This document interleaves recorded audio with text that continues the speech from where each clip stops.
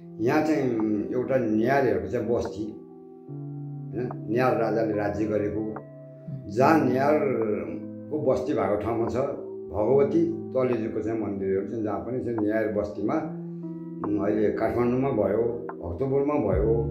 अब यो न्यार जहाँ न्यार बस्ती जहाँ हुन्छ त्यहाँ चाहिँ भगवती र चाहिँ तलेजुको मन्दिर त्यहाँ हुन्छ। त्यसलाई चाहिँ अनि हाम्रो चाहिँ पहिला चाहिँ हाम्रो चाहिँ पुर्खाहरूले न्यारहरूको चाहिँ पालामा राज्य गरे बेलामा त्यो चलनहरू लिएर आएको छ।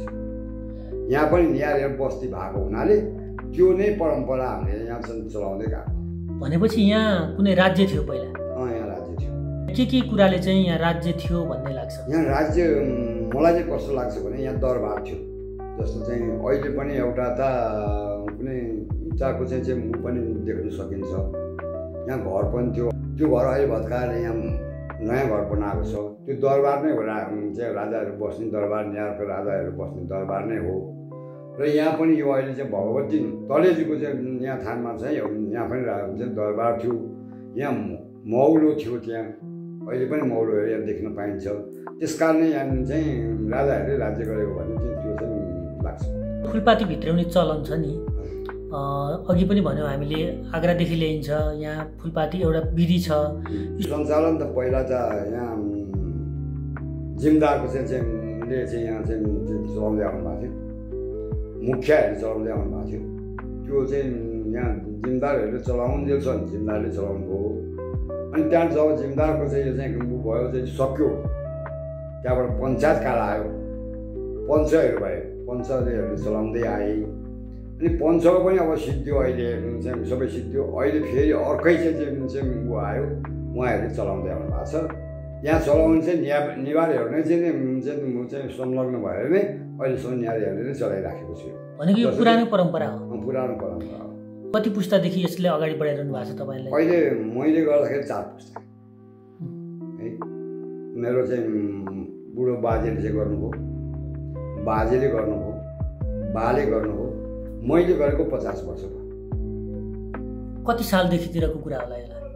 यो 1900 लगभग 1850-60बाटको चाहिँ कुरा हो। मैले थाहा पाएँ चाहिँ मेरा पुर्खाहरूले गर्दाखेरि चाहिँ यो चाहिँ थाहा पाएको चाहिँ मैले गर्दै गएँ। मेरो बाजे पुर्खाले गर्दै आउनुभयो। हाम्रा यहाँमा चाहिँ सञ्चालन गर्नेहरूका चाहिँ पुर्खाहरूले पनि चाहिँ यो यहाँ बस्ने चाहिँ हाम्रो चाहिँ निवारहरूले पनि यो चाहिँ चलाउँदै ल्याउनु भयो। किनभने गर्नुपर्छ, हाम्रो गाउँ हो, हाम्रो यहाँ चाहिँ परम्परा चलाउनुपर्छ, यसलाई चाहिँ हाम्रो धान्नुपर्छ भनेर उहाँहरूले पनि चाहिँ भन्दै जानुभयो। र हामीहरूले पनि यो चाहिँ चलाउनुपर्छ, गर्नुपर्छ। हाम्रो यो चाहिँ पालुङको चाहिँ ऊ चाहिँ एउटा चाहिँ कल्चर पनि हो, हाम्रो चाहिँ ऊ हो भनेर हामीले पनि यो दिन धान्दै आएको। यसको पूजाविधि भिन्दै छ होला? यहाँ एउटा के हो यहाँ फरक छ भनेदेखि अब फुलपाती भित्राइन्छ, तामझामको साथ चाहिँ यहाँ फुलपाती भित्राइन्छ होइन। र यहाँ चाहिँ अब चाहिँ भद्रकाली थापिन्छ हामी कहाँ। जब चाहिँ कालरात्रिको दिन भद्रकालीको पूजा हुन्छ मङ्गलबार त्यो भद्रकालीलाई चाहिँ रक्सी चाहिँ तर्न खुवाउनु पर्ने हुन्छ है। र चाहिँ मत्त बनाएर त्यो दिन चाहिँ महाकालीले हाम्रो चाहिँ यी चाहिँ दानवहरूलाई सबैले चाहिँ वध गरेको दिन भनेर त्यहाँ चाहिँ त्यस्तै पूजा गरिन्छ। बेलपत्र चाहिँ चढाइन्छ। मेरो चाहिँ पूजा चाहिँ कसरी गर्ने हाम्रा बाबुबाजेले लेखेर राखेको हस्तकलाबाट चाहिँ लेखेर राखेको हो किताब छ। रेखी कसरी हाल्नुपर्छ होइन, अब कति चाहिँ लाइन चाहिँ त्यो रेखी हाल्नुपर्ने हो राँगाको लागि, बोकाको लाइन कति चाहिँ रेखाको चाहिँ कति लाइनको चाहिँ रेखी हाल्नुपर्ने हो, दियो कलश कसरी थाप्नुपर्ने हो, अनि राँगाको न्यास कसरी गर्ने हो, राँगालाई चाहिँ कहाँ पूजा गर्नुपर्ने हो, के गर्नुपर्ने हो भने हामीसित त्यो चाहिँ हाम्रा पुर्खाले लेखेका पद्धति नै भनौँ, पद्धति लिपि त्यो चाहिँ हामीसित अहिले पनि हामीसित छ, हाम्रा पुर्खाले लेखेको। त्यस कारणले पनि यो परम्परा जोगिरहेको छ। हामी नै हाम्रो चाहिँ यहाँ बस्ने चाहिँ निवारीहरूले नै यो चाहिँ परम्परा जोगाइरहेको छ। छेत्री बाहुनले जोगाएको छैन, यहाँ बस्ने निवारीहरूले पनि मात्रै यो चाहिँ परम्परालाई मानिराखेको छ। हाम्रो चाहिँ यहाँ चाहिँ बस्ने स्थानीय नगरपालिका भयो, वडा भयो, यिनीहरूले पनि चाहिँ धानेर यो चाहिँ परम्परा राखेको छ। यो चाहिँ भयो अघि हामीले पुरानो कुराहरू कस्तो थियो भन्ने कुरा भयो। अलिकति हामी नयाँ कुरा गरौँ। फुलपाती सप्तमीको दिन फुलपाती भित्राउँछौँ। त्यो दिन कसरी सुरु हुन्छ? त्यो दिनको चाहिँ पूजा प्रक्रिया, पूजा विधि कसरी सुरु हुन्छ त्यो दिनको? यो फुलपाती भित्राउने चाहिँ यो मैले थाहा पाए अनुसार चाहिँ जस्तो देउखेलमा चाहिँ त्यो फुलपाती ल्याउने, त्यहाँ चाहिँ गुठी जस्तै चाहिँ जग्गा सग्गा के चाहिँ पहिलाका चाहिँ त्यहाँ दिएर राखेको थियो त्यो फुलपाती ल्याउनलाई। त्यो गुठी अहिले छ कि छैन, उसले पाउँछ कि पाउँदैन, के गर्छ यो हामीलाई थाहा छैन। अब सप्तमीको दिन त्यहाँ पूजा गर्नुपर्छ। त्यहाँ निम्ता गरेर त्यो बेलको बोटलाई निम्ता गरेर पूजा गरेर अनि चाहिँ त्यहाँ बोको काटेर विधिपूर्वक पूजा गरेर त्यो बेल टिप्नुपर्छ हाम्रो फुलपाती चाहिँ ल्याउनलाई। बेलको रुखमै गएर पूजा गर्ने? गएर पूजा गर्ने, पूजा गरेर ल्याउँदैन यो हामीलाई थाहा छैन प्रक्रिया चाहिँ। त्यहाँ चाहिँ बेलको रूपमा पूजा गर्नुपर्छ, पहिला चाहिँ निम्ता गर्नुपर्छ बत्ती बालेर, अनि भोलिपल्ट गएर त्यहाँ चाहिँ विधिपूर्वक चाहिँ बेलको रुखलाई पूजा गर्नुपर्छ। अनि त्यहाँबाट बोको बलि दिएर अनि त्यहाँबाट बेलपत्र टिप्नुपर्छ। अनिखेरि त्यहाँ चाहिँ 2टा चाहिँ फलेको चाहिँ बेलहरू यहाँ लिएर आउनुपर्छ। अनि धानको बाला ल्याउनुपर्छ, उखु ल्याउनु पर्दछ होइन। त्यहाँ नवपत्रिका चाहिँ लिएर आउनु पर्दछ है। यहाँ नवपत्रिका चाहिँ हामीले त्यहाँबाट सोलीमा हालेर डोलीमा हालेर कपडाले चाहिँ त्यसलाई उडाएर उहाँदेखि नै ब्राह्मण अब अहिले चाहिँ यहाँ चाहिँ ब्राह्मण जाने चलन छैन है। ब्राह्मणको साथै त्यो नवपत्रिकालाई चाहिँ त्यहाँबाट डोलीमा हालेर पहिला चाहिँ बाहुन नै यहाँबाट ब्राह्मणै जाने चलन थियो पहिला। अब यो अहिले कसैलाई पनि यहाँ चाहिँ थाहा छैन ब्राह्मण जान्छ क्षेत्री जान्छ भन्ने यो चाहिँ अब कसैलाई पनि थाहा छैन। हाम्रा पुर्खाले पहिला गर्दाखेरि त्यहीँ गएर ब्राह्मणहरू जस्तो चाहिँ गोर्खाबाट चाहिँ फुलपाती ल्याइन्छ त्यसै गरी नै हाम्रो यहाँ चाहिँ भित्राउने चलन थियो। अब त्यहाँबाट चाहिँ कसले बोकेर ल्याउनुहुन्छ? त्यहाँ चाहिँ अब उसले मगर, त्यहाँबाट मगर गएको हुन्छ जुन मुख्य देवीको चाहिँ पूजा गर्ने चाहिँ मगर नै हुन्छ। मगर र त्यहाँबाट आउने चाहिँ अब जुन पूजा गर्ने एउटा चाहिँ ऊ हुन्छ मुही नै त्यो टिप्ने बेलपत्र टिप्ने त्यहाँको पूजा गर्ने ऊ 2जनाले त्यो चाहिँ यहाँ चाहिँ डोलीमा हालेर रातो कपडाले गरेर उनीहरू बिहानै हिँड्छन् फुलपातीको दिन। अब त्यो त पहिला त झन् चाहिँ 3-4 घन्टा लाग्थ्यो होला त्यहाँबाट आउनलाई। अब अहिले त त्यति 3-4 घन्टा लाग्दैन। पछि चाहिँ हामीले थाहा पाए चाहिँ कहाँ के गर्ने भयो भनेदेखि यी ब्राह्मण पनि जाँदैन थिए, पछि अब ऊ पनि मगर पनि त्यहाँ जाँदैन थियो।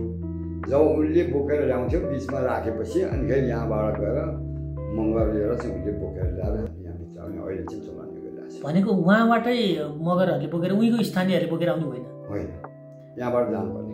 अनि उहाँ चाहिँ कसले पठाउँछन् त? अनि मुही बसिएको हुन्छ, त्यो टिप्ने मुही हुन्छ। ए त्यो चाहिँ कुन समुदायको हुन्छ उहाँ चाहिँ? त्यो चाहिँ अब अहिले चाहिँ उनीहरूको चाहिँ पुर्खा चाहिँ क्षेत्रीय ब्राह्मणै रहेछ पहिला चाहिँ। तर चाहिँ अहिले चाहिँ अब चाहिँ त्यो चाहिँ आफ्नो चाहिँ बुलले गर्दाखेरि अलिक घटेर अहिले क्षेत्री भनौँ न, क्षेत्री चाहिँ ब्राह्मण क्षेत्रीहरू उनीहरूको चाहिँ पुर्खाले पाएको दर्जा अनुसारको चाहिँ उनीहरूले परम्परा धानेर चाहिँ बसिरहेका छ।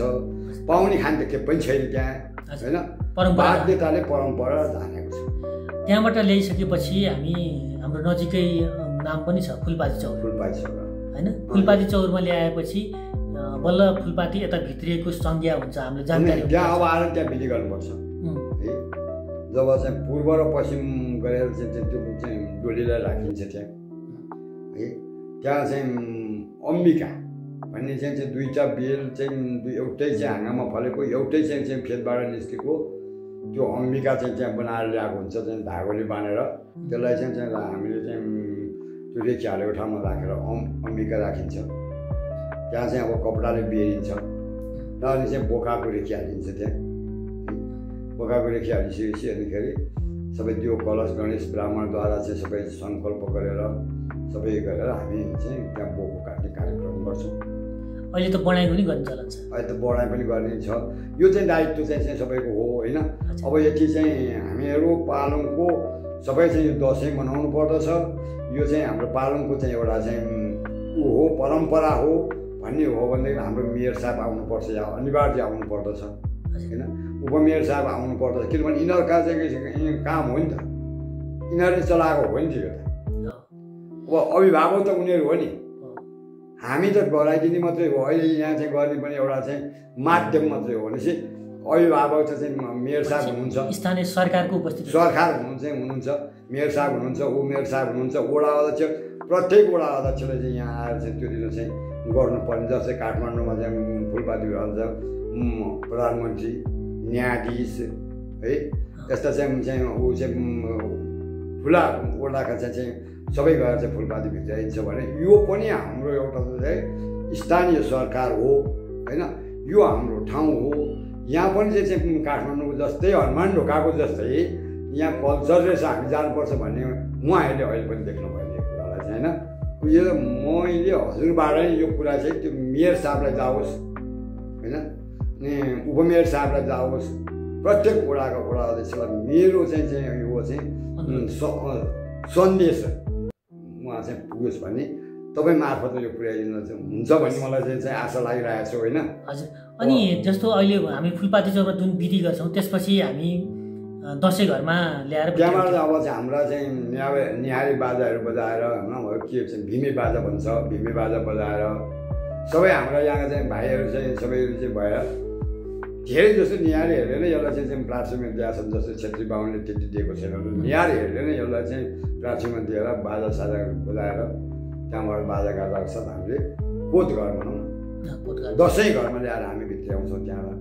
हजुर, अनि दसैँ घरबाट एउटा अर्को पनि चलन छ जस्तो लाग्यो। अघि चाहिँ यहाँको मेयर साहब उपमेयर साहबको कुरा लिइरहँदाखेरि फुलपाती हामीले पहिला चाहिँ यहाँ स्थानीय सरकार गठन नभइसक्दा पनि यहाँको सरकार प्रमुख त्यति बेलाको नि कुनै न कुनै संरचना त थियो। म पहिलाको सरकारको चाहिँ प्रमुखहरूको चाहिँ कुरा गर्दै जान्छु। हजुर, भन्न त्यो कुरा चाहिँ कस्तो? त्यो कुरा चाहिँ हाम्रो जिम्मेदार साहब यहाँ हुनुहुन्थ्यो, भनेपछि तोया पानी हाम्रो जिम्मेदार साहब हुनुहुन्थ्यो, उहाँले चलाउनु भएको थियो चाहिँ उहाँ किनभने जम्मै मालपोतहरू जम्मै उठाउनु देखेर तिरोदेखि लिएर सबै गर्नुहुन्थ्यो।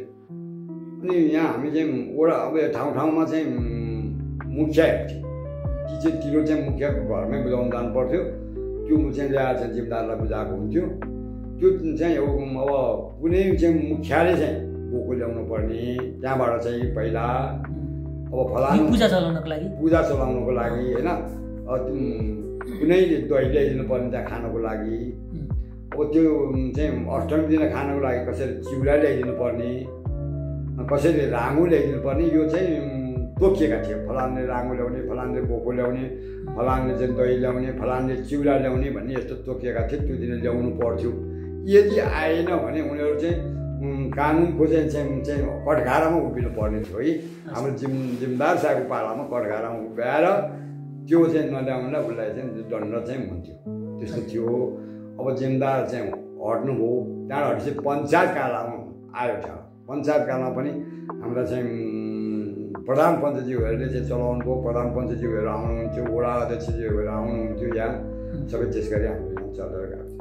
हो, मैले त्यही जोड्न खोजेको चाहिँ के भने उहाँहरूले यहाँ फुलपाती भित्राइसकेपछि उहाँको घरमा फुलपाती भित्राउनलाई फुलपातीको भिन्दै चाहिँ त्यो प्रक्रिया छ। जस्तो चाहिँ व्यवस्था गरिन्थ्यो, व्यवस्था चाहिँ जस्तो चाहिँ पद अनुसारको चाहिँ भूमिबाट चाहिँ नातो भनेर आएको हुन्छ, अहिले पनि आएको हुन्छ यहाँ है।